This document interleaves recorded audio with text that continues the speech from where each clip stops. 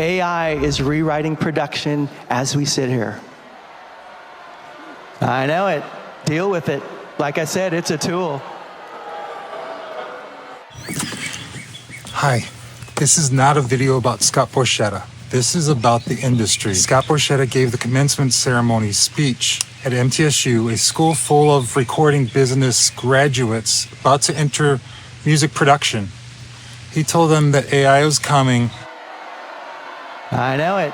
Deal with it. Then he laughed smugly.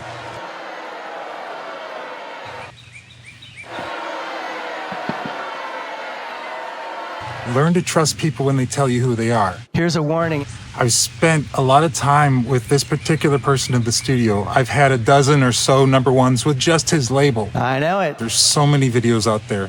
College commencement, the person who's president of Google. Artificial intelligence. Interesting. Some AI company. The rise of artificial intelligence is the next industrial revolution.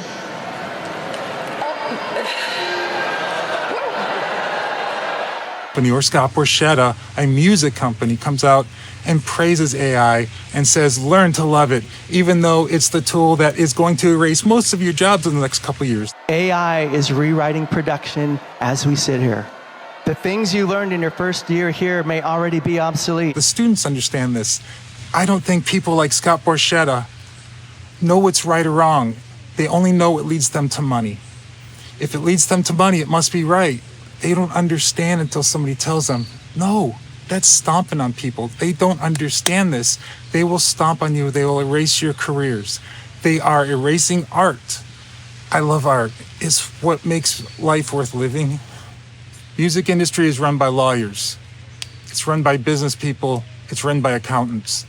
They're the ones who look at the charts, who say, oh, this is what the kids like. Let's do more of this. And now we have to feed the computer algorithms. It's all incestuous. We only make what makes the algorithm happy. And what makes the algorithm happy is what's teaching us what to like and dislike. We got to start saying no to this stuff.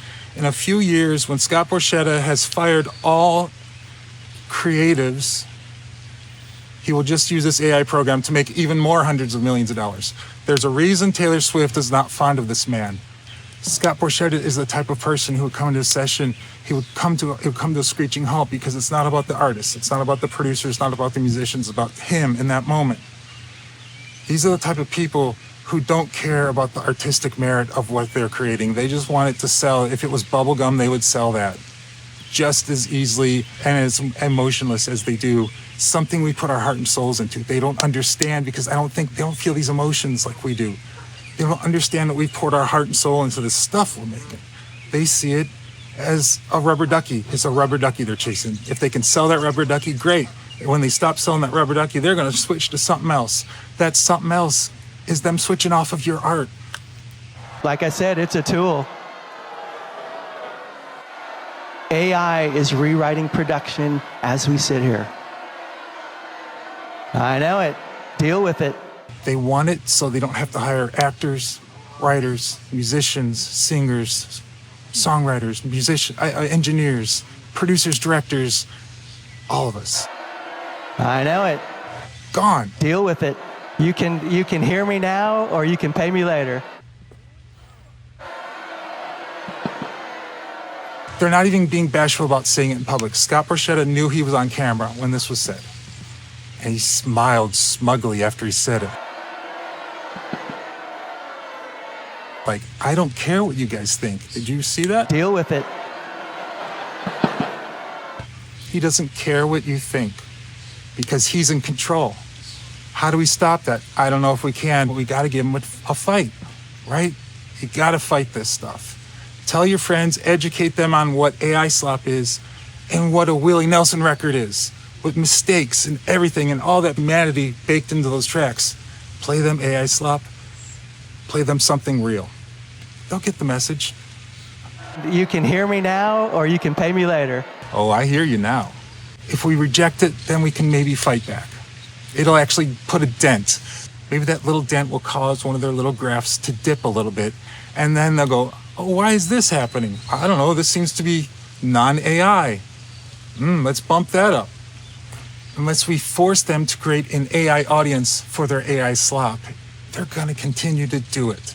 Hey, I just created Abbey Road 2 with this AI program. Where's that program to help me create an AI audience for it? You know it's coming.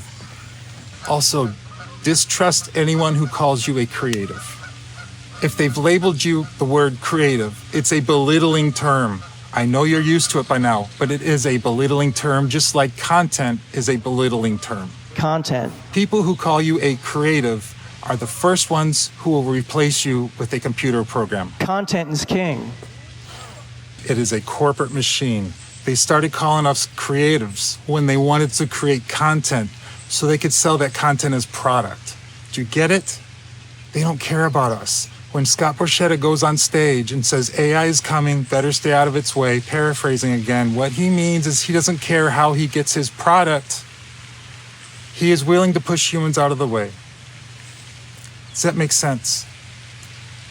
This is not a video about Scott Borchetta. This is a video about that type of personality. They are not our friends. When you enter into the music industry, learn to know these people. Figure out how to spot them. I'm not saying stay away from them because you can't. The music industry is run by these people. What I'm telling you is learn to spot their characteristics so you don't become one of them. The more of us there are, the harder it is for them to fight us. Like I said, it's a tool. Trust me on this. Deal with it. It's a tool. No, Scott, you're a tool. I can count on one finger all the effective A&R record label goons I've encountered. See this, people? Doesn't he make you want to fight against him?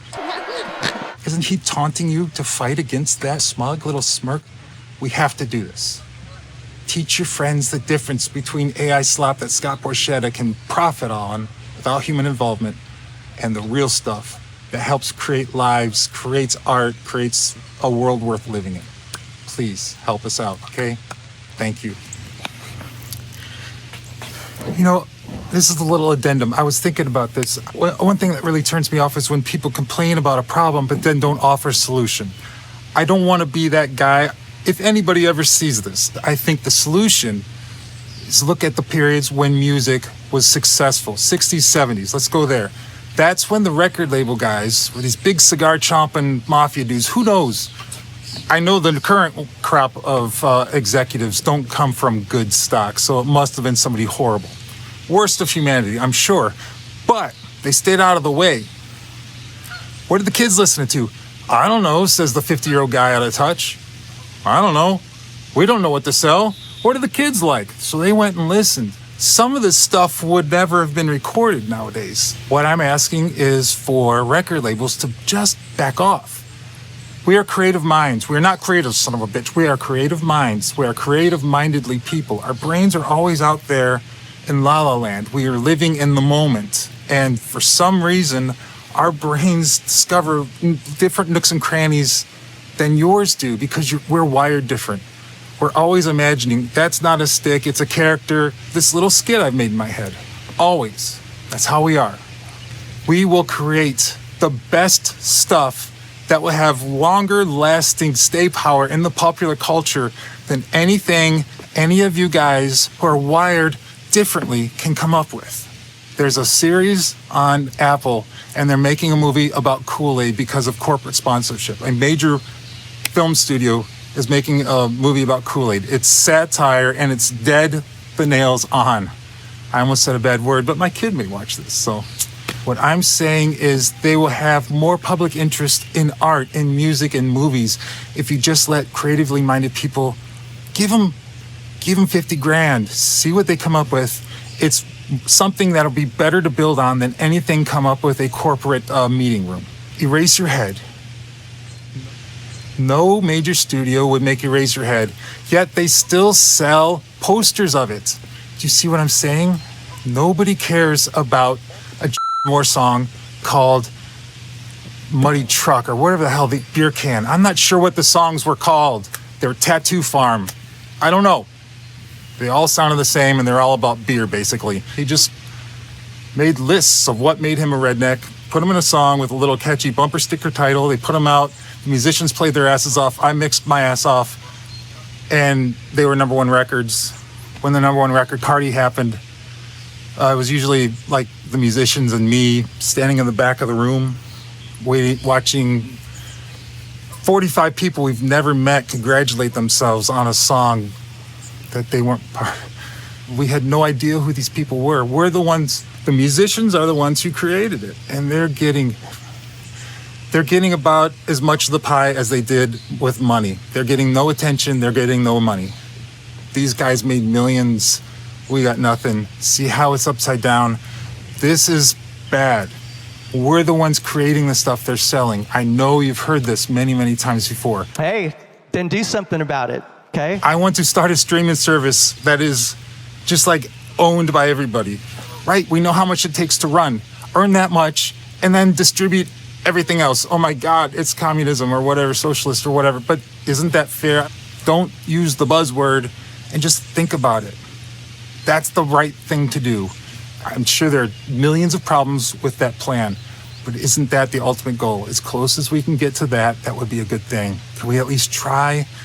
Spotify steals money from my friends. I refuse to stream on Spotify. Start a streaming service and just refuse to sign with the Scott Borchettas of the world. He will use you as long as he can make money. He will own you the rest of your life because you'll be in debt. This is on purpose. They have creating accounting. You will never, ever be in the black with a record label. But I know people with number one records who have 5 roommates. They don't pay us. It trickles down. Don't sign with a major label. Do it yourself. Do it on YouTube. You have the access to distribution. That is the only thing they owned. We have access to recording. We have access to distribution. We have access to our own talent, which they can't get into anymore. You can keep these record label goons out of your head. Do what you want to do, and it'll be more successful. Know that the people who thrive are the people who invested in and trusted their own judgment and vision.